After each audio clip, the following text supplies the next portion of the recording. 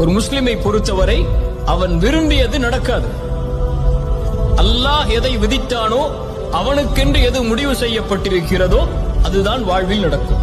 அதனால் இந்த உலகத்தில் ஒரு முஸ்லிமை பொறுத்தவரை எது அவனிடத்திலிருந்து எடுக்கப்பட்டாலும், எது அவன் விரும்பியது நடக்காவிட்டாலும், அவன் தேடிய உறவு கைகூடாவிட்டாலும், அவனை பொறுத்தவரை அவன் மனதில் நினைப்பது இது அல்லாஹுடைய நாட்டத்தில் உள்ளது.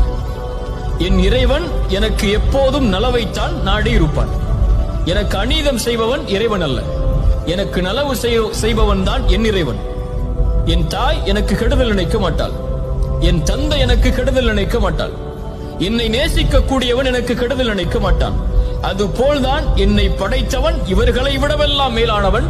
அவன் ஒருபோதும் எனக்கு கெடுதல் நினைத்திருக்க மாட்டான். அவன் நாடியது நடந்திருக்கிறது, நடப்பது எனக்கு நல்லது.